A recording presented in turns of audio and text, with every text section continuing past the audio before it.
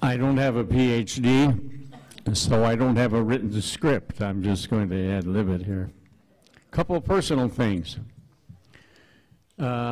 69 years ago, tomorrow, I rode in a parade in Dolan, South Dakota. I was president of the class, riding in the back seat of a convertible with Hubert Humphrey. He came back to Dolan at a homecoming because he was a graduate of Dolan High School.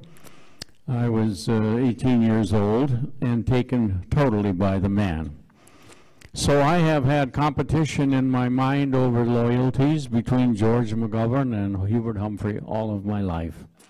And I love them both. And I have a lot of anecdotal stuff I could tell you, but I'm not going to because it takes too long.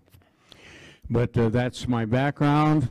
As a high school debater, I went back to Dolan, coached 3 debate teams to state championships. And every time I did that, I got a letter either from George McGovern or Hubert Humphrey because they read about it in the news. So that's my claim to fame, is that I always associated with really smart kids and smart people. I just wanted to share that. The other thing I want to share personally, I served in the state Senate for 10 years. I was the youngest senator, and as far as I know, there's only one of the persons, most of them have died after many years, and the only one here today that I served with is Senator Rod Hall, sitting here in front of me. He's now 94, I think, but I'll tell you what, there was never a better state senator and upholder of the faith with Dick Knipe and me than Rod Hall. And he was a supporter, thick and thin, and I'm so glad that he's here. He's a man you should certainly meet. I was thinking a little bit about what I should say, and I'm trying to be brief, I really am, about Senator George McGovern's sense of humor. And he's often viewed, you know, as a somber PhD scholar and all the wonderful things said about him.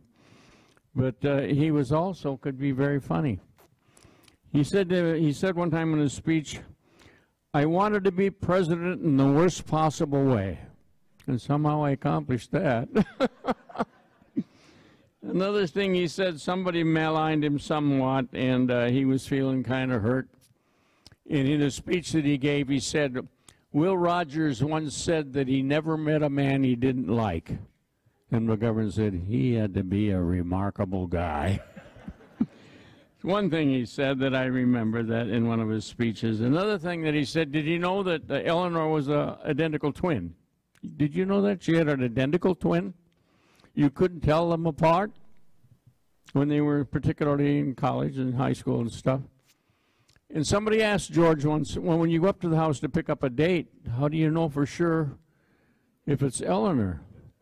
And George says, not my problem. He said,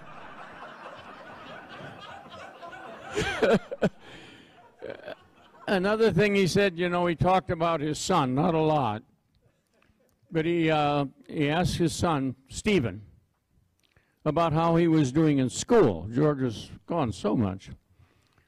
And Stephen said to his dad, well, Dad, I'm the dumbest of the smart guys, but I'm the smartest of the dumb guys. And George repeated that quite often, and maybe you heard him say it too. Stephen was born when I was a sophomore in high school. He died at age 60. If he were here with us today, and I wish he were, he'd be 70 today. Quite something. Stephen was born when George was 30 years old, and I just thought it was worth mentioning. Many highlights about that I could go on about, but I want others to do that. But one thing that happened that really was important to me, and I want to talk to that more personally with you, when George invited me to the Senate dining room when I was serving as governor, and we were in the Senate dining room in Washington, D.C., and he says, Harvey, I want to talk to you about something. And we had this extended conversation about personal stuff and his future, actually, at the time. And that was important to me. Another really important time is George and Eleanor were involved in a thing in Huron, and we lived close to Huron, Ann and I do, 25 miles away in the farm. And we got to stay, he and George and Eleanor stayed at our farm overnight on a Saturday night. Jim Pribble had a lot to do with arranging that particular meeting. I don't know if you remember that, Jim. Well, anyway, they came out to the farm, and I showed them around the farm and told them what we were doing, because that was my life, pretty much. And he went to church with me. He and Eleanor went to church with me. We went to a small Mennonite church. And I got the pastor to allow George to speak to the congregation. And he talked about the work of the Mennonite Central Committee, which is an international relief organization that the Mennonite Church sponsors. It has for years, the Mennonite Disaster Service. And ad-libbed it, he talked about what he met them in Vietnam before the war. He met them in South Africa.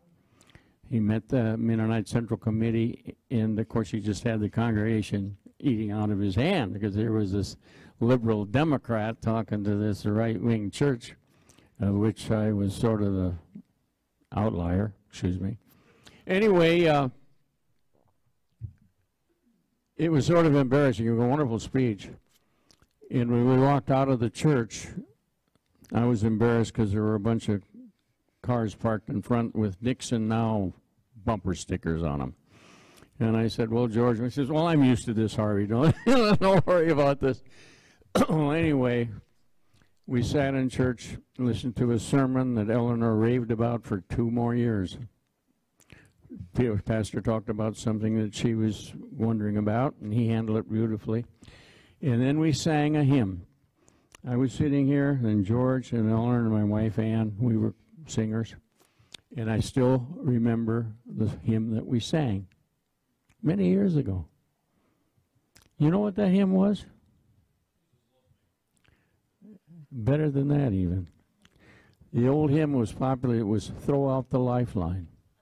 Throw out the lifeline throughout the dark wave. There is a brother whom someone can save. It was a very popular hymn. And I didn't think about it much at the time, but I think about it now.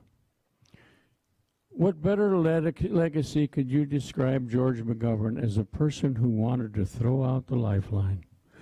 Throw out to the hungry, to the depressed, to the people that needed health care, the people that were prejudiced against, the soldiers who were dying unnecessarily in a war that he thought could have been ended a different way. And that just, I thought about it all the way driving from here on today and I sang that song to myself. I still sing in a church choir, Ann and I. We did last Sunday. Throw out the lifeline. And if you can remember anything of what I said today, remember that I believed in George McGovern, the man that tried with his life to throw out the lifeline to millions. That's the highest tribute I could pay to that man. God bless you all.